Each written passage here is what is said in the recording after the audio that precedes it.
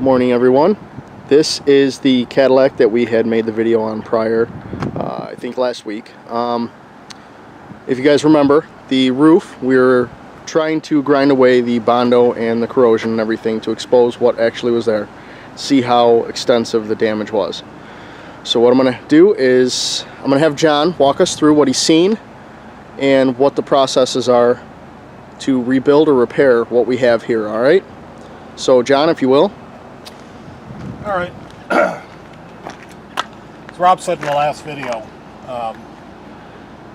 the guy was thinking about restoring the car.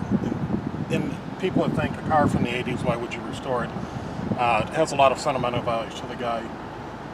His main concern right now is to get all this rust out. We opened it up, saw how the holes were. There's vinyl top on it, which will trap moisture if it gets ripped or anything. We were trying to think of different ways to repair this.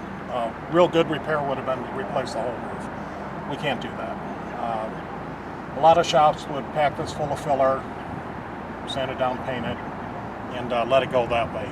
And John, to stop you for a minute, I'm not sure that I showed them before. Oh. The extent of it. So there it is.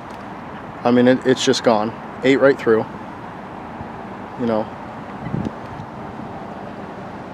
Sorry, the light's in the screen right there, so I can't see everything, everybody. But yeah, I mean, it's gone. It's all the way through. It's just rotted right out. So, I'm sorry. Continue, John. Go ahead.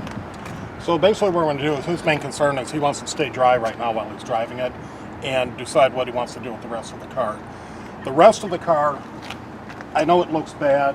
Paint is, the paint is fading, it's peeling. Paint is completely gone on the hood. That all really is, it's just, it's minor work. It's nothing really major. It's just an old paint job. But this is where the problem is. And because it's rusted out, the water traveled down, and it needs floor pans. The floor pans are completely rotted out. So what's the steps we have to take to finish this, to repair this for this gentleman? That's what I was just getting to. We got to take the glass out. Headliner has to come out because we don't want to set it on fire. Whatever other interior parts that have to come out. We're going to cut these sections out, and we're going to make patches to go in here. Everything's going to be butt welded in. It's going to be a quality repair. So in essence, we're reshaping and reforming anything that's bad here. And we have the tools and equipment to do that. Completely putting new like drip rails in there and everything, hand forming them. Yep, we can make all that. All right. That's the thing. If it's not available, we can't find it. We have the equipment to make it, so it doesn't stop us. It's a matter of the cost. This guy's willing to invest some money in it. Like I said, he wants quality repair. Car has sentimental value, and you can't really put a value on that. That's different for everybody. Now, can we show them the back rear on this side versus the back rear on the other side? And explain a little bit of that. This is where the roof panel was seamed in from the factory. Here it don't look too bad. You got a little bit of rust there, but that's pretty common. The other side,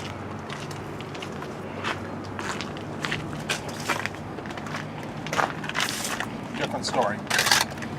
More moisture got in here, got trapped in the foam that was under the vinyl top, and started rusting it out. So we have moisture coming in here through the front. It's got to go somewhere. It's going to go to the floors, and we have to put floor pans in as well. The person who did it before, it almost looks like they put bed liner on here. I actually thought it was part of the old vinyl top, and it wasn't. If I rub it with my nail, it's real rubbery, and it feels just like, undercoating is what it feels like. Yeah, it was some pretty odd feeling stuff right there. And I think they did whatever they could just to patch it up and keep it on the road, but it might have came across to the customer in the wrong manner as a actual repair, but it was just a Band-Aid. Right, it's Band-Aid just to get by. Customer, probably poor communication for both of them. Sure. I mean, if you have an old car and you don't have the money to put into it and you want to, get another year out of it, sure, fill it with something just to keep you dry, slow it down, but it's eventually going to come back. And how does that right front corner look? This one is not near as bad as the other one. Got a little bit of rot down in here. Completely fixable.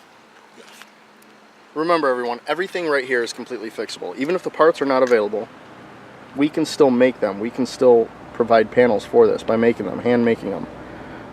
We have all the equipment to do that kind of stuff. But the big thing on doing a repair like this, where a lot of people shy away from it, obviously because of the cost, is removing the windshield, removing the headliner, necessary interior parts. And these headliners in the 80s had a real bad reputation where they would want to droop. So we have to be extra careful getting it out. Otherwise, we will need a new headliner as well. And he might need one because of the water going in there. Sure. We don't know until we get it down. We haven't seen any stains on the outside of it. But no matter what, I mean, this is a perfect example of a type of repair that I got in the last video that was done, patched by a previous shop. And that right here, Rob, real quick. Yeah. This right here will be a hole. There will be a hole there. Yeah. Once that's all chipped away, yeah, there's no foundation right there. No. Ladies and gentlemen, I want to show you this. If you can see this, it's kind of difficult to see, but this filler right here literally is almost a 1/4 inch thick or so, probably thicker, to be honest. But I mean, that's an insane amount of Bondo and filler to put in there to try to stop a leak.